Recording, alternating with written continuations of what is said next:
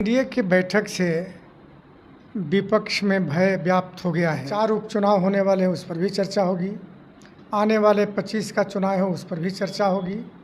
और आपस में कार्यकर्ता का कोऑर्डिनेशन बने, इस पर भी चर्चा होगी। हम विपक्ष को विपक्ष का नेता भी नहीं रहने दें, ये सारे नीतियां बनी। और बहुत खुशामद करके हेना साहब को शामिल किया।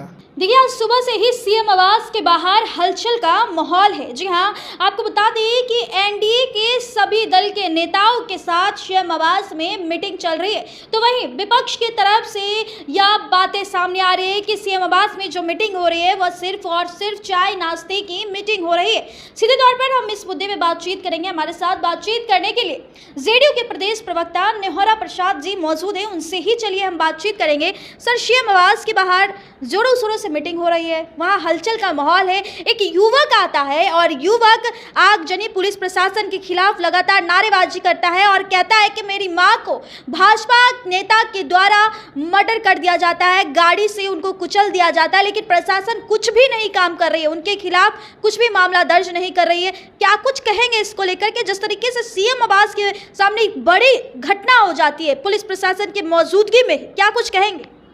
देखिए, एनडीए की बैठक से विपक्ष में भय व्याप्त हो गया है और उसी का साजिश का परिणाम है वो। जिस प्रकार विपक्ष बौखलाया है, तो बिहार में तो विपक्ष कमज़ोर है ही, और एनडीए और मजबूती के साथ चुनावी मैदान में उतरे, इसके लिए बैठकें चल रही है।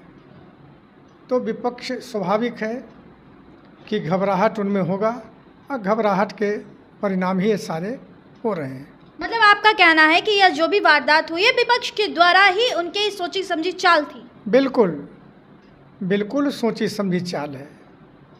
और जहाँ तक उस युवक का सवाल है, तो अगर होगा तो प्रशासन उसको देखेगी, लेकिन इस प्रकार करना ये विपक्षियों का साजिश है।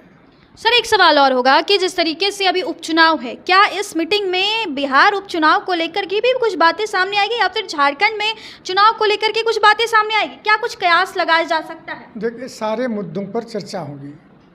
4 उपचुनाव होने वाले हैं, उस पर भी चर्चा होगी।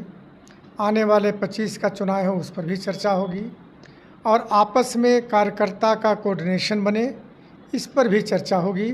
साथ ही सरकार ने जो काम किया है आदरणीय नीतीश कुमार जी ने, इसकी प्रचार प्रसार गांव-गांव घर-घर तक जाए, इस पर भी चर्चा होगी। और किस प्रकार हम विपक्ष को विपक्ष का नेता भी नहीं रहने दें, ये सारे नीतियां बनेंगी। मतलब कि नीतीश कुमार सीधे तौर पर सभी लोगों को चुनावी जीत का मंत्र देने वाले हैं इसमें? हाँ, बिल्कुल। किस प्रकार, चूँकि उनके नेतृत्व में ही चुनाव होना है एनडीए का, तो किस प्रकार हम चुनाव जीतेंगे और किस प्रकार विपक्ष को शिकस्त देंगे, ये सारे चीज़ों पर चर्चा होगी। एक सवाल और होगा कि एक तरफ विपक्ष कहती है कि अपने हाथ को मजबूत करने के लिए विपक्ष के पास बड़े चेहरे हिना साहब और उनके बेटे का एंट्री हो जाता है, और लालू यादव भी उसमें जब हिना साहब शामिल होती हैं उस वक्त मौजूद रहते हैं, और कहीं ना कहीं यह दावा कर दिया जाता है कि एमवाई समीकरण है, अब कहीं नहीं टूटने वाला। जैसे कि प्रशांत किशोर कहते हैं कि इस बार एमवाई समीकरण टूट चुका है। लेकिन हिना साहब के आ जाने के बाद कैसे लग रही है कि आप लोगों की टक्कर काफ़ी ज़्यादा जोरदार रहेगी? देखिए, हिना साहब शायद वह बात नहीं भूली होंगी जब उनके पतिदेव साहबुद्दीन जी का देहांत हुआ था, तो न लालू यादव खबर लेने गए, न तेजस्वी सांत्वना देने गए। तो ये तो कम से कम हिना साहब नहीं भूलेंगी, और बहुत खुशामद करके हिना साहब को शामिल किया। आपको याद होगा कि कुछ दिन पहले लालू यादव जी और तेजस्वी यादव जी हिना जी के डेरे पर जा कर के बहुत गिड़गिड़ाए, और तब भी वह नहीं मानी थी। लेकिन इस बार खुशामद किया, बहुत सारे चीज़ें हुई, तो हिना साहब आ गई हैं। लेकिन हिना साहब उसके समर्थक इस बात को समझते हैं कि किस प्रकार अपमान आरजेडी ने उनको किया है। दूसरी बात कि ये जाहिर हो गया हिना साहब को खुशामद करके लाने का कि जो माई पर पकड़ था आरजेडी का वह खिसक रहा है और कमज़ोर हुआ है। उसका परिणाम लोकसभा भी है। अब जो मुस्लिम है वह भी भरोसा आरजेडी पर नहीं करता है।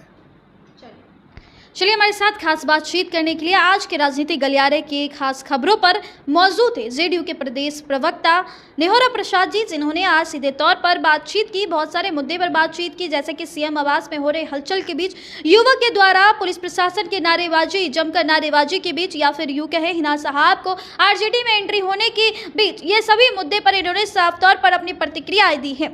आप सभी दर्शक क्या कुछ इस खबर को देखकर प्रतिक्रिया देंगे, वो भी हमें कमेंट बॉक्स के माध्यम से ज़रूर बताइएगा।